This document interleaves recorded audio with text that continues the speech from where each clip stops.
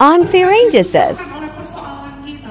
Dan hari itu saudara di ayat yang ke-36 dikatakan segera setelah Yesus mendengar apa yang mereka katakan, dia berkata kepada pemimpin sinagoga itu apa? Janganlah takut, percaya saja. Dia masuk dan berkata kepada mereka, mengapa kau gaduh dan menangis? Ini waktu udah sampai di rumah ya. Ngapain kalian semua gaduh dan menangis? Anak kecil ini tidak mati, melainkan sedang apa? Sedang tidur. Bahkan apa yang terjadi? Mereka sudah menertawakan Yesus. Dikatakan di ayat yang ke-41, kita lompat ya. Sambil memegang tangan anak itu, Yesus berkata kali takum, artinya apa? Hai anak, bangkitlah. Terus hari ini saya nggak lagi bahas, kalau biasanya kan dibahas, wah luar biasa ya mujizatnya Tuhan, kali takum bangkit. Anak yang tadinya mati, dibangkitkan. Tapi hari ini saudara, kita mau coba lihat point of view yang berbeda. Kita mau sama-sama coba telaah satu-satu, sebenarnya kejadiannya itu seperti apa. Lalu kalau Bapak Saudara perhatikan, tadi kita coba balik ya di ayat yang ke-35.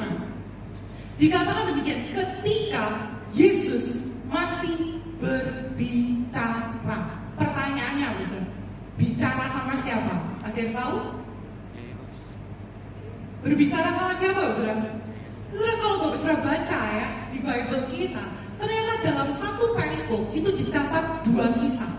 Jadi ketika di awal Bapak Saudara, di awal Yairus itu datang sama Yesus, dia mohon Yesus, ayo Yesus ke rumah karena anakku hampir mati. Ternyata Saudara, di tengah perjalanan ketika dia bareng Yesus nih, di tengah perjalanan ada seorang perempuan yang menjamah jubah Yesus. Perempuan ini pendarahan 12 tahun lamanya.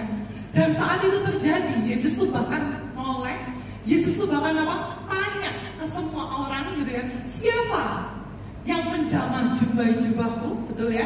Maka dari itu ayat ini ditulis, ketika Yesus masih berbicara kepada siapa? Kepada perempuan pendarahan 12 tahun. Saudara ingat kisah ini, tokoh utamanya siapa? Yairus, betul ya? Seolah-olah tokoh utamanya siapa? Saya, gitu ya. Tapi kemudian ketika di tengah jalan kita ikut Tuhan, kemudian di tengah jalan ada sepertinya apa? Penundaan, bahkan sepertinya distraction, saudara. Waduh Tuhan, aku duluan loh yang ikut Tuhan, tapi yang ditolong, yang disembuhin duluan siapa? Perempuan pendarahan 12 tahun. Bahkan ketika itu kita bisa bayangkan Yairus ketika di tengah jalan, dia bahkan ada pegawainya datang, saudara, udah deh anakmu udah mati, ngapain kamu nyusahin guru? Bisa bayangkan saudara, bagaimana perasaan daripada seorang Yairus yang lagi minta tolong sama Yesus, anaknya hampir mati, tapi kemudian ada distraction di tengah jalan dan perempuan pendarahan itu yang disembuhin duluan. Saudara, satu perenungan yang kita harus renungkan sama-sama, sebuah pertanyaan yang saya coba renungkan adalah gini. Pertanyaannya, di manakah Yairus ketika Yesus masih berbicara dengan perempuan pendarahan di tengah ini? Di mana Mbak Saudara? Bisa nggak buat Yairus untuk berkata kepada Yesus, Yesus, kan Yesus lagi sibuk nih, masih ngobrol ya. Kita nggak tahu Mbak Saudara berapa lama Yesus ngobrol ya. Kita nggak tahu berapa durasinya, saudara. Yang pasti ada distraction di tengah jalan. Tapi saudara, saat itu di manakah Yairus? Dia nggak berkata, nggak ada satu ayat pun saudara di Bible kita yang berkata, lalu Yairus pergi duluan dan menjumpai anaknya, dan kemudian Yesus nyusul. Ada?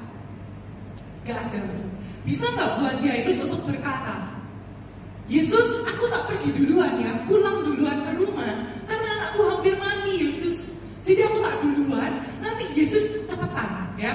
Tapi nyusul loh, jangan lupa loh Yesus, alamatnya di sini, Yesus dicatat. Bisa nggak?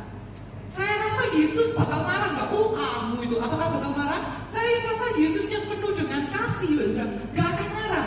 Dia masih bilang, oh ya wis gak apa-apa gitu kan, karena anaknya hampir mati, saudara. Tapi saudara, kalau kita baca dengan teliti, ternyata saudara, ayatnya nggak ada satu ayat pun yang berkata demikian. Tapi yang terjadi apa? Saat itu dari awal Yairus datang Yairus minta sama Yesus untuk datang ke rumah. Di tengah dia ada penundaan, disembuhin duluan siapa perempuan pendarah 12 tahun.